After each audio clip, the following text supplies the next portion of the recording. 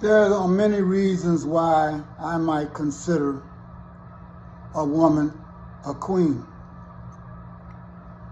It may be her presence, it may be her intellect. And for many reasons, I call this woman a queen. This is a woman who has right now sent a class to our community, to those people in charge and power, but most of all, hopefully the children here, but I'm listening too. And I thought so much of it that I decided that I was gonna actually let you hear a true queen of our community.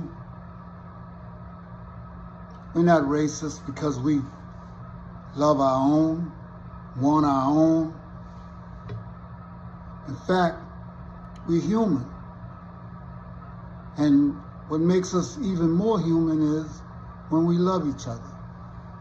And this is across the board. But if a European can love his people, well, those people with the most melanin can love theirs. I had some white colleagues ask me what I thought about Trump actually segregating whites and blacks. And I actually told them straight up, like, honestly, I would love that.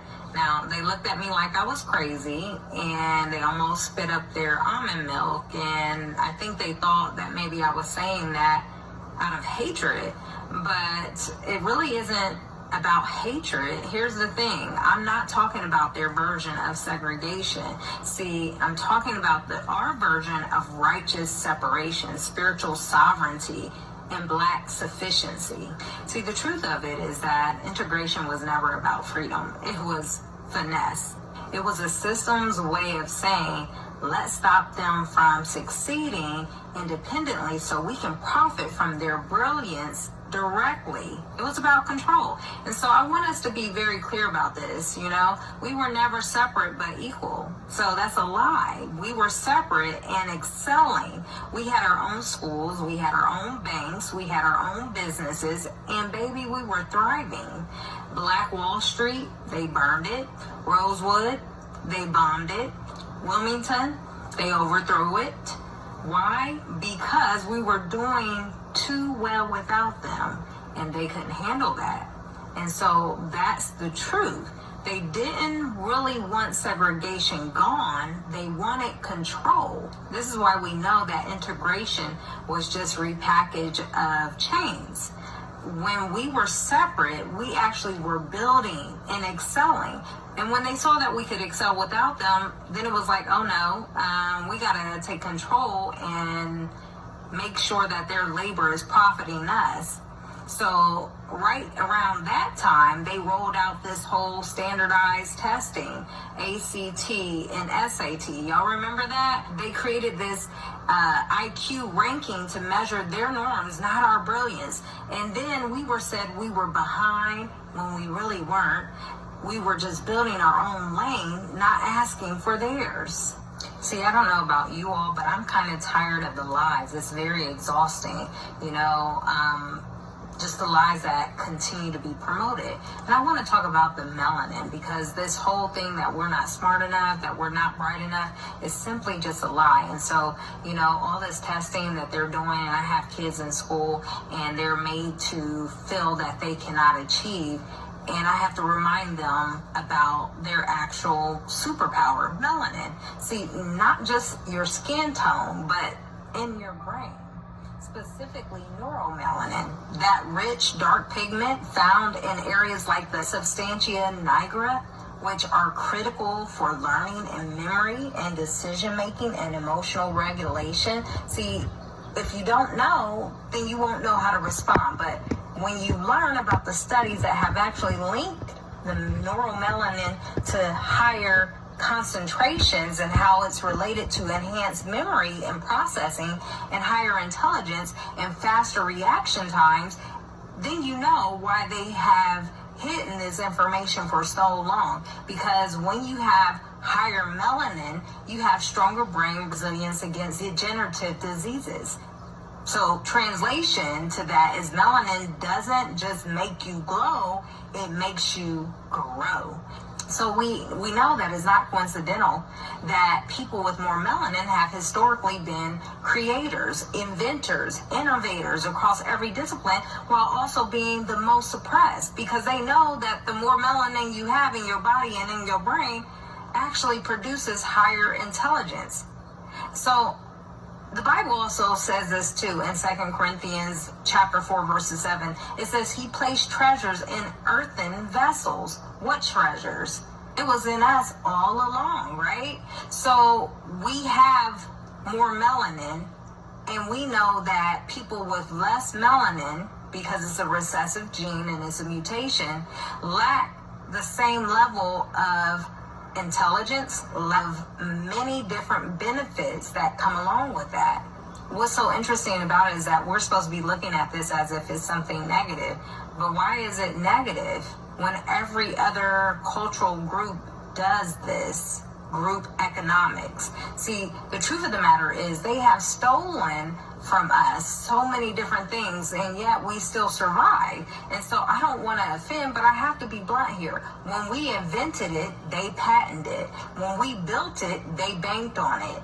So everything we created, they made sure they benefited off of it. Just like Louis Latimer, he actually developed the light bulb, but Edison got all the glory for it. And this has been going on through history.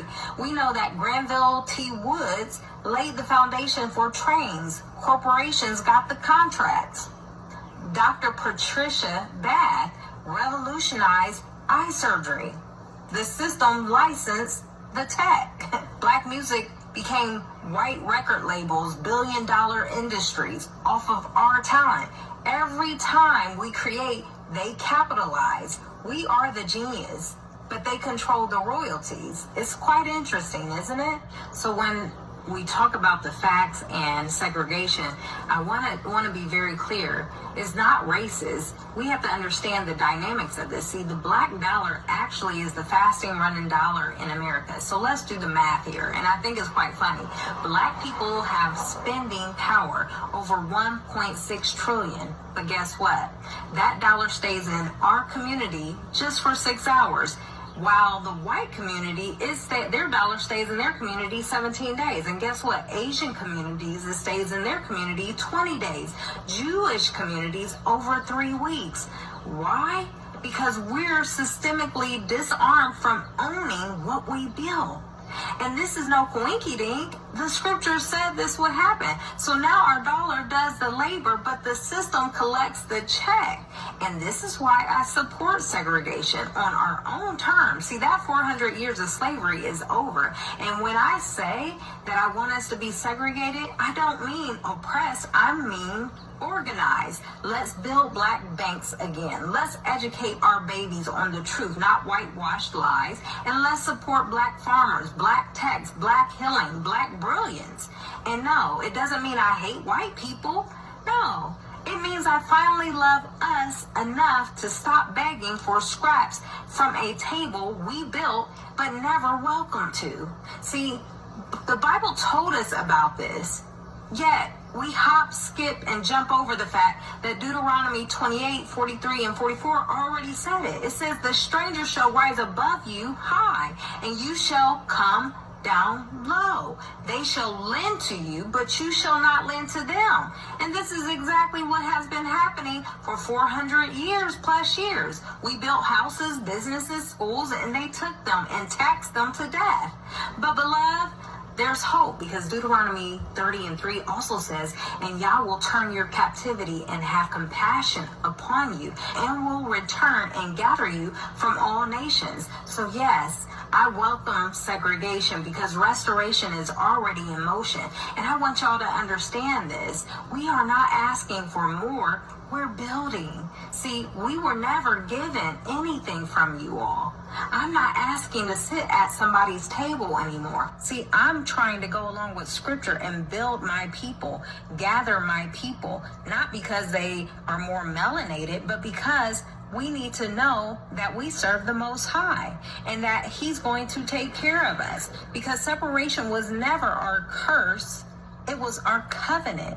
And now it's our strategy. It says to come out from among them, be ye separated. 2 Corinthians chapter 6, verse 17. So this isn't about racism. It's about us reclaiming what is already ours. So I have... Well, I think that there is nothing else to say. She put together something, and it was actually art. It was an art class with words. And we need to really look at this picture that she's drawn, and we need to contemplate on it, and we need to exercise some of the things that she's talking about. Yeah, when you love your people, it doesn't mean that you hate other people. But the system has bred us to believe that the person who beat you is your friend, and the person who you share a home with, a neighborhood with, a street with, a corner with, or whatever with, is your enemy, simply because of your hue. Think about it.